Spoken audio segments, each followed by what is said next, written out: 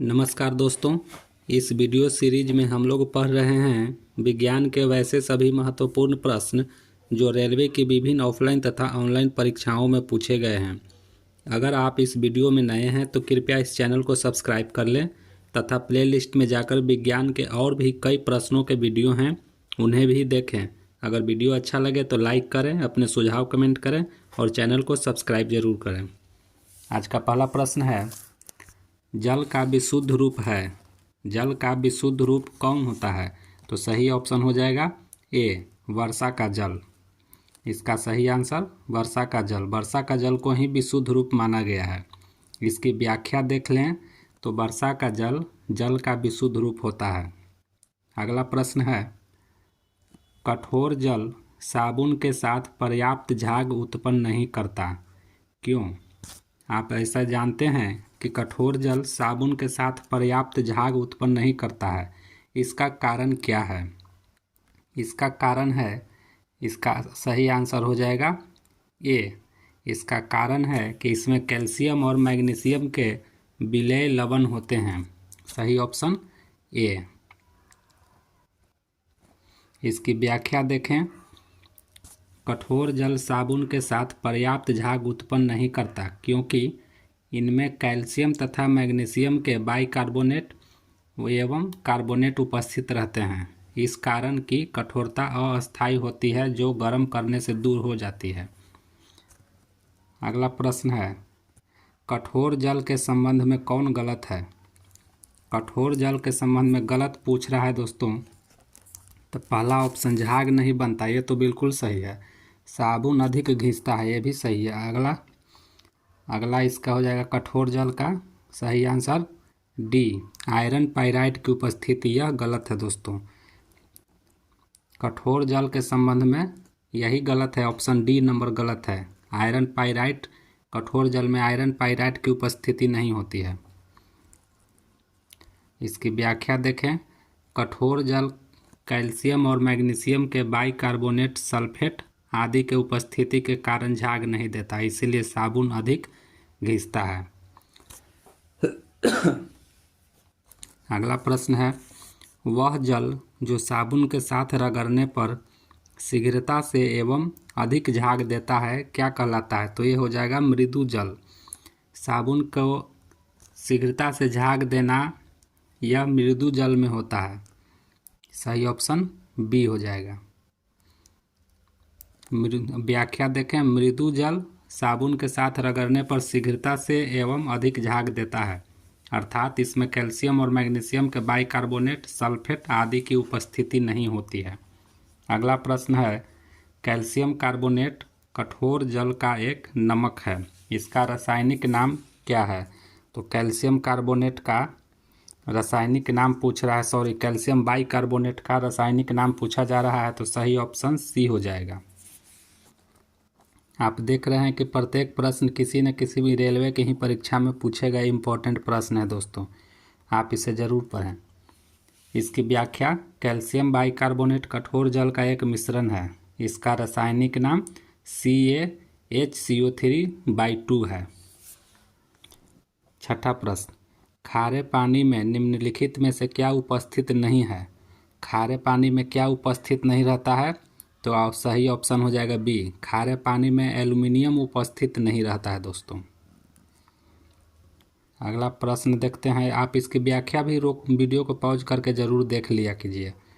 अगला प्रश्न है, जल की कठोरता किसकी उपस्थिति से होती है? तो जल की कठोरता मैग्नीशियम बाइकार्बोनेट की उपस्थिति से होती है। इसकी व्याख्या आप लोग देख लीजिए। चूँकि आप जानते हैं कि जल की कठोरता से संबंधित काफ़ी इम्पोर्टेंट प्रश्न परीक्षा में पूछे जाते हैं, तो इसमें जितने भी प्रश्न हैं आप इसे पढ़कर प्रैक्टिस ज़रूर कर लें। अगला प्रश्न है, जल की कठोरता किसके कारण होती है? तो जल की कठोरता होती है कैल्शियम बाइकार्बोनेट, और सही ऑप्शन बी हो जाएगा। अगला प्रश्न है, कैल्शियम बाइकार्बोनेट कठोर पानी में लवण है, उसका रासायनिक नाम? देखिए दोबारा यही प्रश्न फिर से पूछा गया है दोस्तों, यानी कि यह इतने इम्पोर्टेंट प्रश्न मैं लेकर के आया हूँ कि बार बार यह प्रश्न पूछे जा रहे हैं। अगला प्रश्न है, जब किसी जल की कठोरता उबालने से दूर हो जाए तो कठोरता की प्रकृति क्या कहलाती है? अस्थायी कहलाती है। यानी कहने का मतलब है दोस्तों कि जल की कठोरता कभी कभी पानी को उबाल देने से दूर हो जाती है। इस तरह की कठोरता अस्थायी कठोरता कहलाती है। आप इसकी व्याख्या भी देख लीजिएगा। अगला प्रश्न है, जल की संशुद्धि में कौन सा रसायन प्रयुक्त होता है? तो जल की शुद्धि करने में पूछ रहा है दोस्तों। जल को शुद्ध करने के लिए पोटेशियम परमैंगनेट का इस्तेमाल होता है। आपको मालूम हो या नहीं मैं बता दूं, पहले के समय में जब लोग कुएं से पानी पिया करते थे, उस समय कुएं में महीने में या 15 दिन पर एक बार पोटेशियम परमैंगनेट का पाउडर डाला जाता था ताकि कुएं का पानी साफ हो सके। अतः जल की संशुद्धि में पोटेशियम परमैंगनेट का उपयोग किया जाता है। इसकी व्याख्या भी आप लोग देख लीजिएगा। अगला प्रश्न है, पानी की अस्थायी कठोरता को किसका प्रयोग करके दूर किया जा सकता है?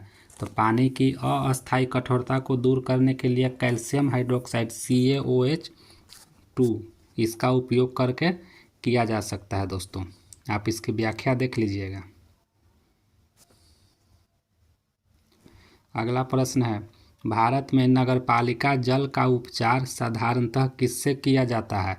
तो क्लोरीन के द्वारा। आप लोग जान रहे होंगे कि जो भारत में नगरपालिका के द्वारा जो पानी का सप्लाई किया जाता है उसमें क्लोरीन मिला कर करके उसको उपचारित किया जाता है। इसी बात को यह पूछा जा रहा है दोस्तों कि भारत में नगरपालिका जल का उपचार किससे किया जाता है? तो क्लोरीन के द्वारा किया जाता है। अगर आप कहीं नगर पालिका में रहते होंगे तो आप जो पानी का सप्लाई आता होगा तो उस पानी में आप क्लोरीन जैसी स्मेल यानी महक भी महसूस करते होंगे। इसकी व्याख्या भी देख लीजिएगा। अगला प्रश्न है, निम्नलिखित में से कौन सा एक तत्व नहीं है? तो इसमें संगमरमर तत्व नहीं है दोस्तों। ऑक्सीजन तत्व है, क्लोरीन तत्व है, सिलिकॉन तत्व है, संगमरमर यौगिक है। सही आंसर डी। आप इसकी व्याख्या वीडियो पॉज करके देख लिया कीजिएगा। वैसे जो इम्पोर्टेंट व्याख्या होती है मैं उसे खुद से बताता हूँ। अगला प्रश्न है, निम्नलिखित में से किसे जुड़वा खनिज कहा जाता है? तो जुड़वा खनिज किसे कहा जाता है दोस्तों? तो सीसा और जस्ता को। आप इसको इम्पोर्टेंट मान करके याद कर लीजिएगा दोस्तों।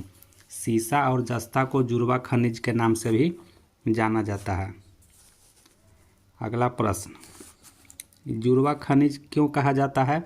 क्योंकि यह खनिज सामान्यतः साथ साथ पाए जाते हैं, इसीलिए इसे जुड़वा खनिज कहा जाता है।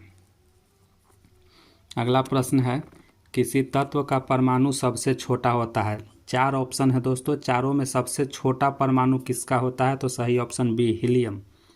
हीलियम हो जाएगा। इसकी व्याख्या देखें।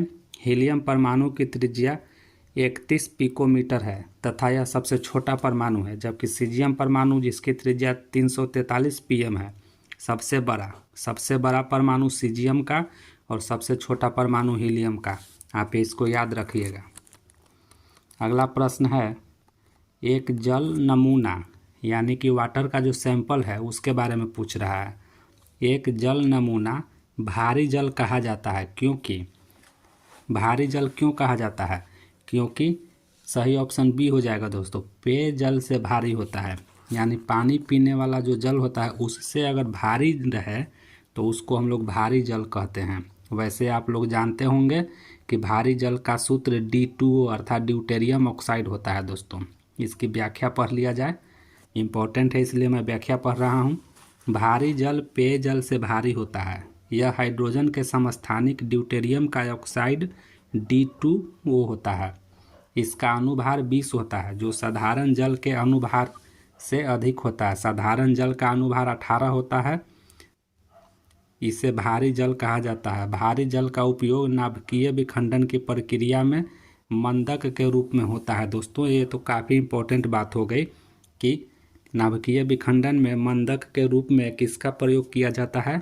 तो D2 अर्थात भारी जल का प्रयोग किया जाता है। अगला प्रश्न है, भारी जल का अणुभार कितना होता है? तो भारी जल का अणुभार 20 होता है दोस्तों, इसे आप याद रखिएगा। साधारण जल जो पीने वाला जल होता है उसका अनुभार 18 होता है, लेकिन भारी जल का 20 होता है। अगला प्रश्न है भारी जल का आणविक सूत्र क्या होता है? तो D2O, ड्यूटेरियम ऑक्साइड। अगला प्रश्न है समुद्री जल में किस तत्व की प्रचुरता है? तो समुद्री जल में क्लोरीन की प्रचुरता है दोस्तों। सही ऑप्शन बी, सही ऑप्शन बी हो जाएगा। आप इसको व्याख्या के रूप में देखिए। समुद्री जल में विभिन्न लवण पाए जाते हैं जिसमें सर्वाधिक मात्रा सोडियम क्लोराइड या सामान्य लवण या खाने के नमक की होती है। सोडियम क्लोराइड के एक अणु में सोडियम की मात्रा 23, क्लोरीन की 35 होती है। अतः स्पष्ट है समुद्री जल में क्लोरीन तत्व की प्रमुखता है, सोडियम की नहीं, क्लोरीन की प्रमुखता है दोस्तों। अगला प्रश्न है लोहे के पाइपों को जंग से बचाने के लिए अक्सर उन पर जस्ते की एक परत चढ़ा दी जाती है। यह प्रक्रिया कहलाती है, यह प्रक्रिया क्या कहलाता है दोस्तों? यह प्रक्रिया कहलाता है जस्तीकरण। यह प्रक्रिया जस्तीकरण कहलाता है, आप इसे याद रखिएगा। लोहे के पाइपों को जंग से बचाने के लिए अक्सर उन पर जस्ते का एक परत चढ़ा दिया जाता है। यह प्रक्रिया को जस्तीकरण या गैल्वेनाइजेशन कहते हैं तथा इस तरह लेपित लोहे को जस्तेदार या गैल्वेनाइज्ड लोहा कहते हैं। आप लोग जानते होंगे कि आपके क्षेत्र में जो उजले टाइप के लोहा के जो बने हुए रहते हैं, खंभे बने हुए रहते हैं, वो गैल्वेनाइज्ड लोहा होते हैं दोस्तों। उस पर जस्ते का परत चढ़ाया हुआ रहता है जिसके कारण वह पानी में और धूपा में रहते हैं लेकिन उनमें ज़रा सा भी जंग नहीं लगता। अगला प्रश्न है गैल्वेनाइज्ड लोहे पर किस धातु की पतली परत चढ़ाई जाती है? तो इसका सही आंसर हो जाएगा सी, जस्ता का। जस्ता का एक पतला परत चढ़ा देने से लोहा जंग से बच जाता है। अगला प्रश्न है प्लास्टिक बोतल या बाल्टी बनी होती है। प्लास्टिक बोतल या बाल्टी किस चीज़ की बनी होती है दोस्तों? तो सही ऑप्शन हो जाएगा सी, पॉलीएथिलीन टेरेफेटलेट की और पॉलीविनाइल क्लोराइड की। ए और बी दोनों की बनी होती है दोस्तों। तो प्लास्टिक बोतल या बाल्टी दोनों की बनी होती है। सही ऑप्शन सी हो जाएगा। इसकी व्याख्या पढ़ते हैं। पॉलीएथिलीन टेरेफेटलेट का प्रयोग प्लास्टिक बोतल के निर्माण में होता है। पॉलीविनाइल क्लोराइड भी प्लास्टिक बोतल के निर्माण में होता है। तो आपको दो बातें याद रखने हैं, पीईटी और पीवीसी, दो नाम याद रखने हैं। अगला प्रश्न है निम्नलिखित में से कौन सा समक्षारीय ऑक्साइड है? तो समक्षारीय ऑक्साइड हो जाएगा दोस्तों N2O। सही ऑप्शन बी। इसकी व्याख्या देखते हैं। N2O समक्षारीय ऑक्साइड है। N2O5 CO2 तथा SO3 अम्लीय ऑक्साइड है। अगला प्रश्न है निम्नलिखित में से कौन सा तत्व तनु अम्ल में से हाइड्रोजन को विस्थापित करता है? तो तनु अम्ल में से हाइड्रोजन को विस्थापित करने वाला हो जाएगा दोस्तों लोहा, ई। सही ऑप्शन ये। तो ये था हमारा आज का अंतिम प्रश्न। वीडियो अच्छा लगे तो इसे लाइक करें, लोगों के पास शेयर करें और प्रतिदिन आप इस वीडियो को देखें। चैनल को सब्सक्राइब ज़रूर से ज़रूर करें। धन्यवाद।